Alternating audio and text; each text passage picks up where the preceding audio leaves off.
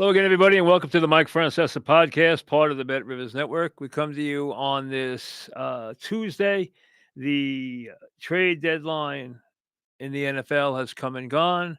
And while we had the kind of trades you get used to, the Jets stepped in and made it a very interesting day and gave everybody something to talk about. Now, it is rare when a team transforms itself on draft day. Okay, once in a while you get something, a player who is either won't play under a certain contract or is very unhappy, who has a major issue, like an Eric Dickerson, that kind of thing. But that's few and far between. But the Jets clearly went into this with an idea and an eye towards the future. It's not surprising that they traded Williams. Um, there were a lot of rumblings the last couple of weeks that Quinnen Williams wanted out. He had been criticized by Glenn, and he was like, time for me to leave. Uh, that made plenty of sense. I have to admit, I'm a little bit surprised by the Sauce Gardner trade. Um, now, when you look at it, it's an equitable trade for both teams with some risk on both sides. The Colts gave up a lot. They gave up 2 number ones, 26-1, 27-1. They gave up the wide receiver Mitchell. Okay. What do the Jets gain? The Jets gain 2 number ones, which will probably, the Colts figure, be the Colts are hoping, best laid plans, that pick is north of 30. Now, that means they're deep in the playoffs. At worst, you got to figure it's in the mid 20s. It's not going to be a top pick. It's going to be a 25. So it's not a premium one, but it's still a one. And then the 27 pick. Neither time do you see the Colts, with the talent they have right now on hand, uh, collapsing. Now, the Colts clearly needed what they felt was a shutdown corner. They got one.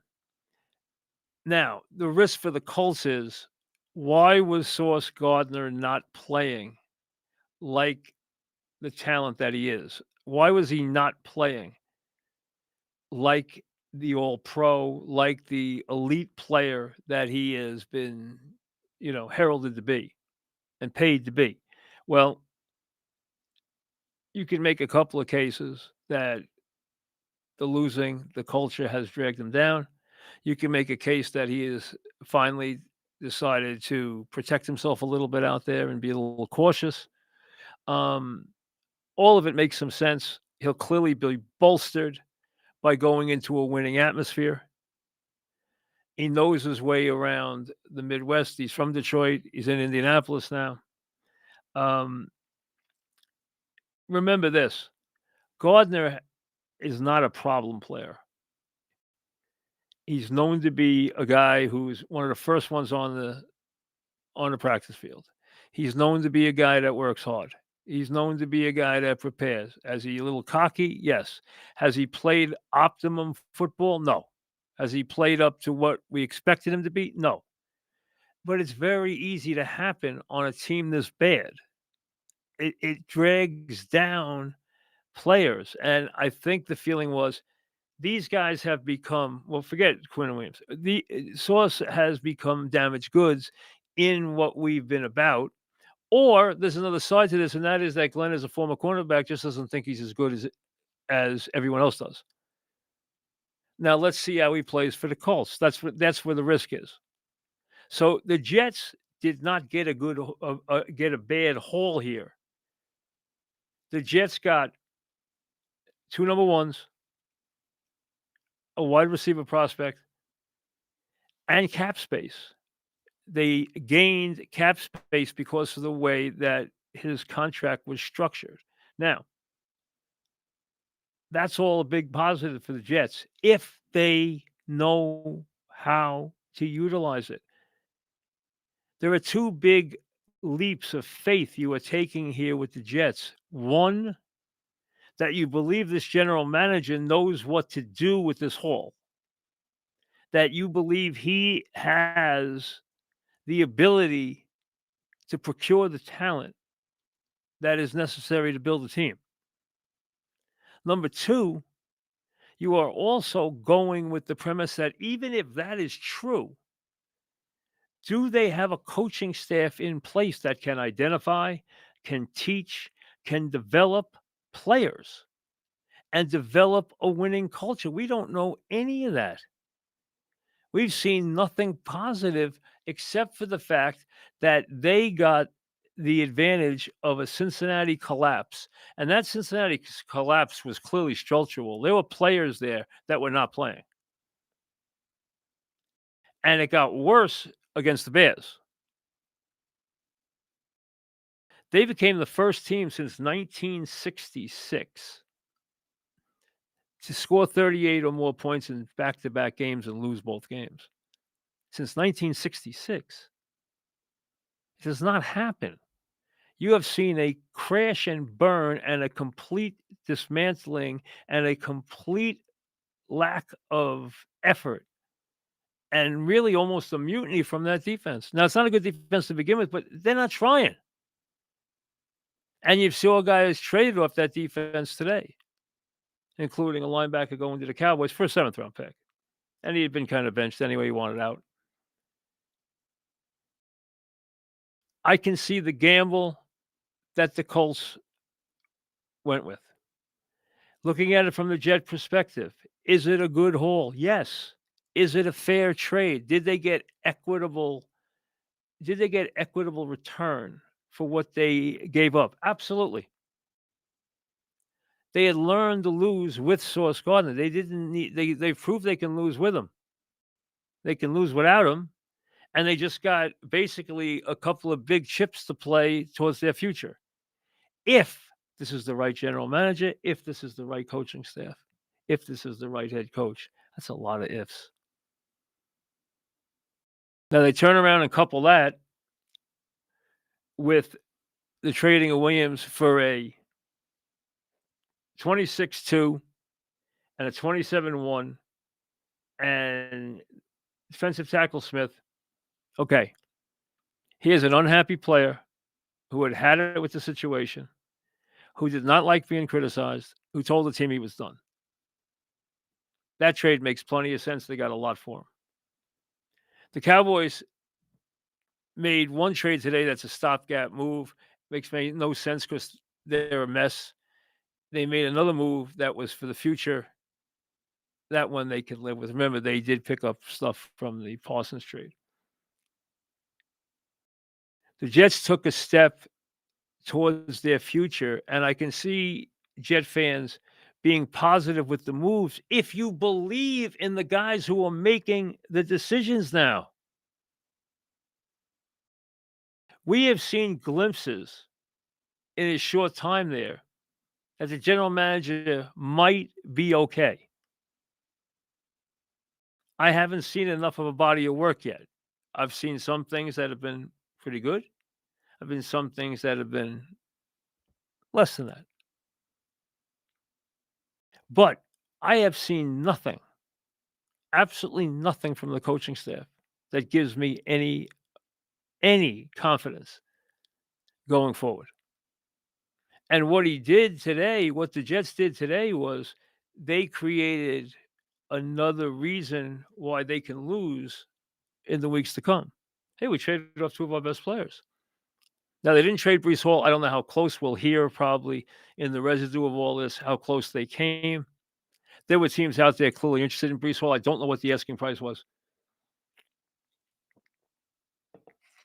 If they had done that on top of it, then what they were going to do in the next couple of drafts was going to be enormous. Obviously, they have to get a quarterback. The question is, how many premium picks are they going to have to put into the offensive line before they learn to coach the offensive line? I mean, how many? They've passed on some of the greatest tight end talent of the next 10 years, generational tight end talent 2 years in a row. they let go whizzing right by. I didn't say they didn't take decent players at the tackle positions. They did. They took probably solid, very solid players, but they let two tremendous talents, Bowers and Warren, go by the board the last 2 years. Those are the kind of players that turn your team around.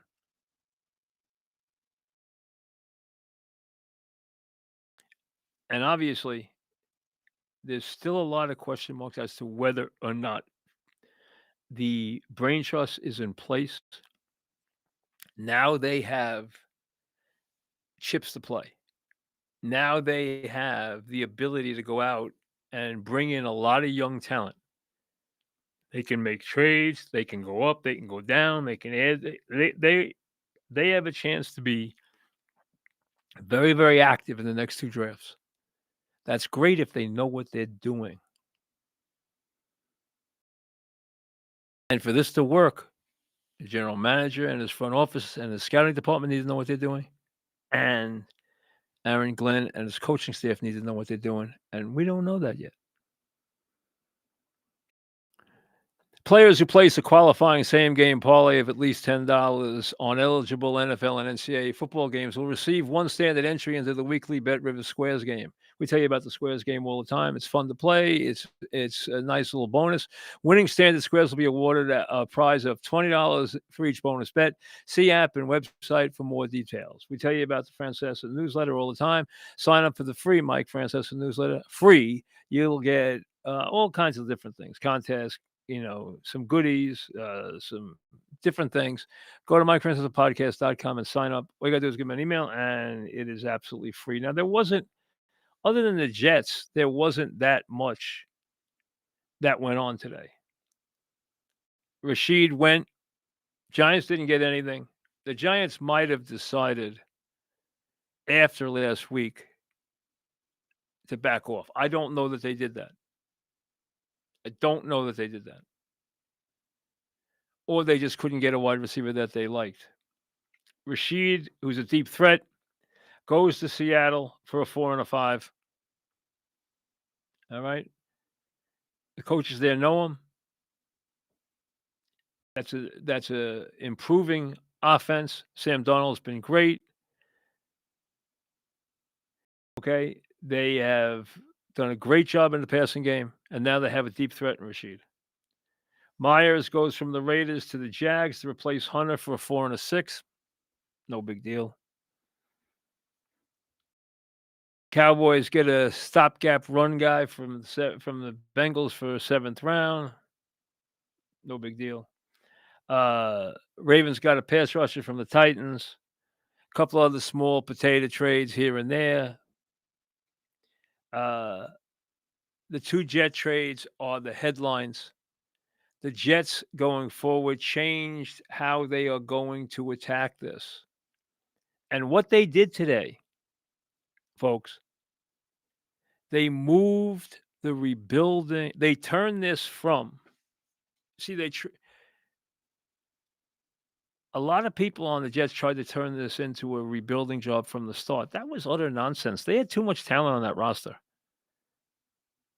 But they needed to have effective coaching and effective quarterback play, and they've had neither. Last year, they never got the coaching they needed, and they made a bad situation worse when they got rid of Salah. They made it worse. That's typical Woody. They were a coaching nightmare last year. They haven't been much better this year. They haven't been better at all. But the Jets just moved. They basically kicked the ball down the line. They basically said, we are now in a rebuilding mode. We are now looking to the future. We are now going to break this down and go forward. We're going to get rid of the guys we think were unhappy here or we thought were overpaid. Now, I don't know which category they put Gardner in. Gardner is a legitimately talented player. He has not played up to an all-pro level, but he has not been a bad player, and he has not been a problem. So he should not be painted as such. Williams wasn't getting along and wanted out. We know that. Hall was an attractive piece. They decided not to move him. I don't know what that means for his future. We don't know what that means for his future. We'll wait and see. But clearly, the Jets told you today that no matter what happens the rest of the way, there will be no changes in who's running the Jets next year. If you thought there would be, I never thought there would be anyway. With with Glenn's relationship with the team and the franchise, with the contract he signed, I didn't think there was ever a possibility anyway. But now they have told you we are looking. Our plan is to try and win some games down the stretch. Try to develop some young players down the stretch. Try to turn our core into a group that understands what it takes to win, although we haven't seen remnants of that at all. Do not use the Cincinnati game as a big indicator. Do not. They have to do more before, because the Cincinnati thing has become almost diseased. I mean, heads are going to roll in Cincinnati. Um, I would not use that. Yes, it took pressure off. Yes, it took pressure off Glenn, the whole thing. But now they have definitely changed the focus to the draft and to developing a new culture, a new group, a new core. And that's what they're doing. So they have put their eggs in those guys' basket. Like I said, the general manager has showed you some ability. Glenn has showed you absolutely nothing yet. Let's see where he takes this. He's talked the talk. He got a reprieve from 15 down in Cincinnati. Otherwise, he's still winless. And he was in the right place at the right time. Because I'm telling you, they were running backup players and they were running just routine plays, and they were going for 15 and 20 yards because Cincinnati wasn't tackling anybody. But today they went out and changed the focus to the draft, to pass this season. Yes, let's all try to get better in this body of work over the second half of the season, but this is now about the future. We are looking ahead. In that regard, I'm surprised that they didn't trade more, to be honest with you. There were a couple other guys that could have gone, but they didn't. But, that for one day, it's a seismic move on a trade deadline. A seismic move. But it takes a very big leap of faith that I can't take with them. I want to talk about the Giants for a second, who obviously didn't do anything, either seller or buyer. So Dart's going to have to go through with the weapons, and it would be nice if Slayton and Theo Johnson would catch the damn football once in a while, okay? The kid's job is hard enough now without Scatterboot. Can you catch the ball? Can you catch the ball? Is it too much to ask to catch the ball? And as far as the defense, hey, look in the mirror.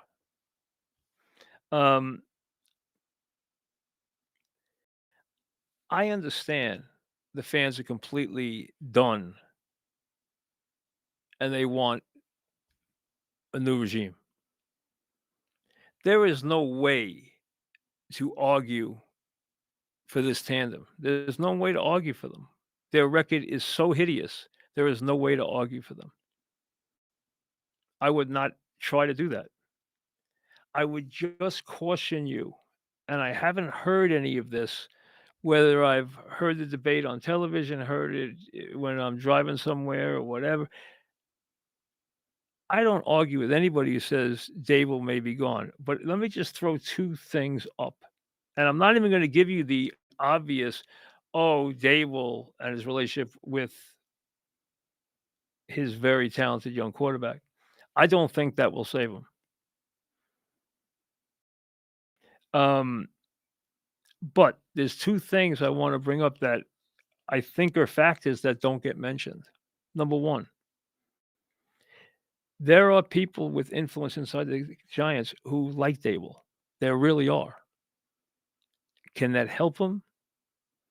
Well, it can't help him if he, goes 2 and whatever, 2-15,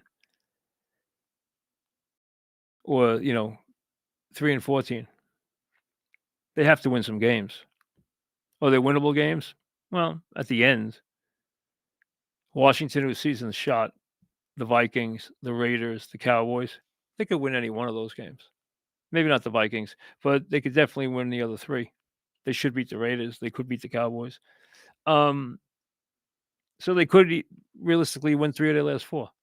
And the quarterback is going to keep pitching and keep competing because that's who he is. But the other part of this, which I don't want to dwell on, and when people or fans show their ire towards ownership, take into account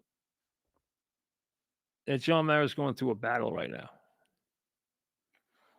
And I'm sure the Giants and nobody in that organization wants to discuss this in terms of the football team, but it is a factor that has to be considered. John Mara is the football head of the Giants. That's the way they have always run the Giants.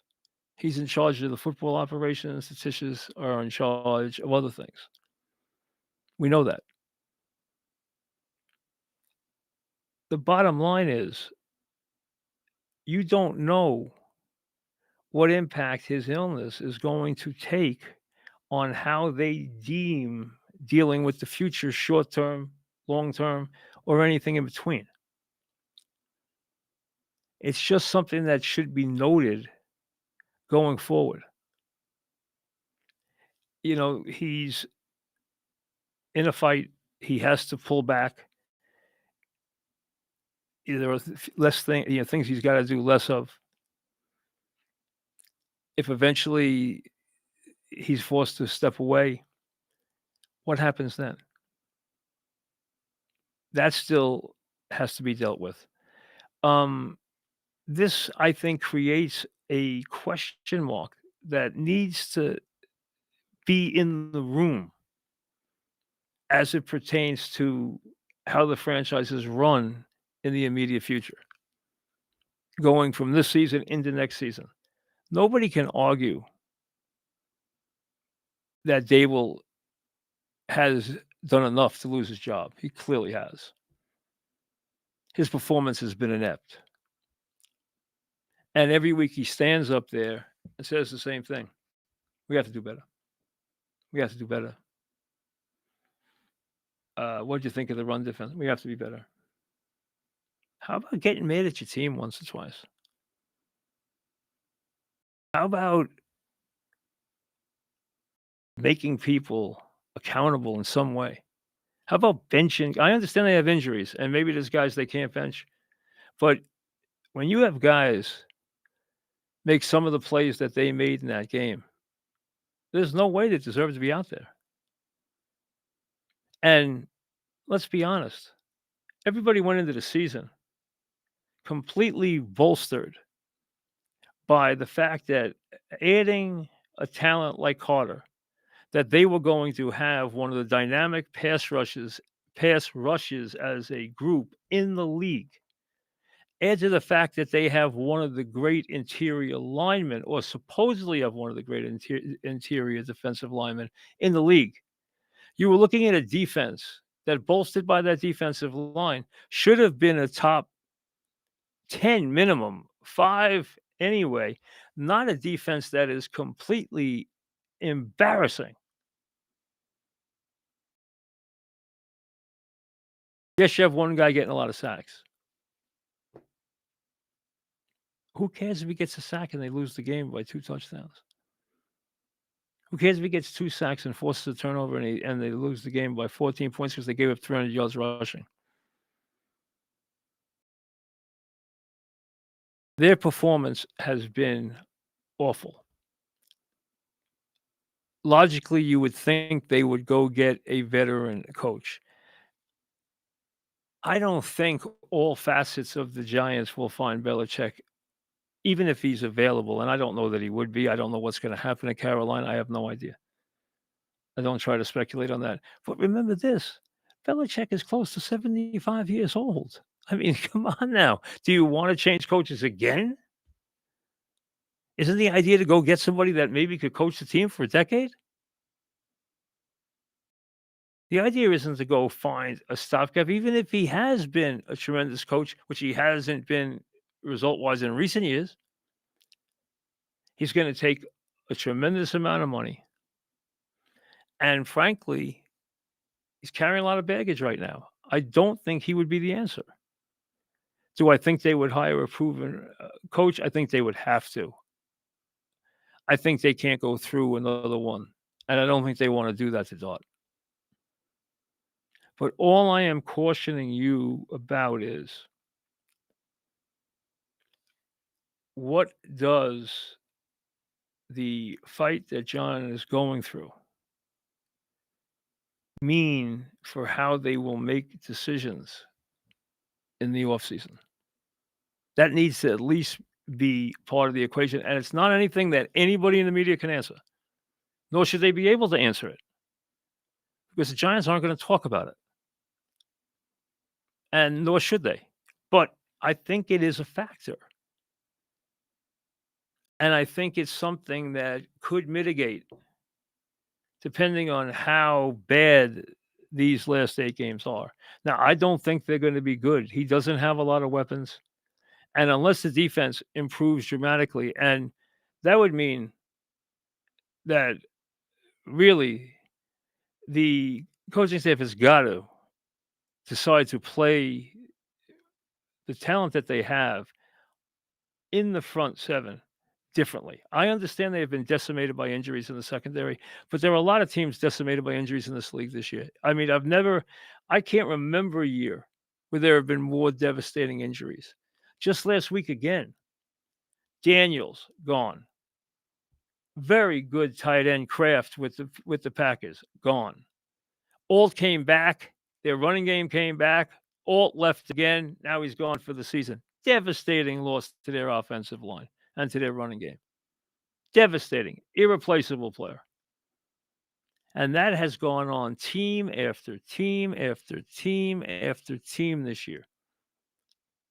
I'm sure in the NFL offices, they have to be wondering what's going on this year with the debilitating injuries, one right after another, after another, after another.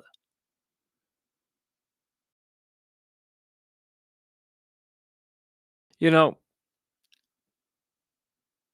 I know the coach in Washington uh, really second guessed himself. There are a lot of coaches in this league and a lot of good ones who would not have taken their quarterback out of the game. You don't automatically take your quarterback out. Now, he's a little different because he runs, but I'm of the opinion you can't hermetically seal these guys.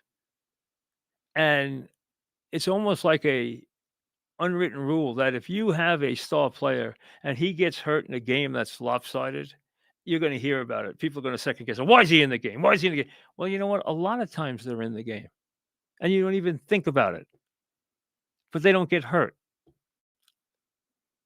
Not everybody takes their stars out. I know a lot of guys who don't. So these guys can get hurt any time, but they are getting hurt at an incredibly high clip with serious injuries this year. And it is showing. We'll see you later.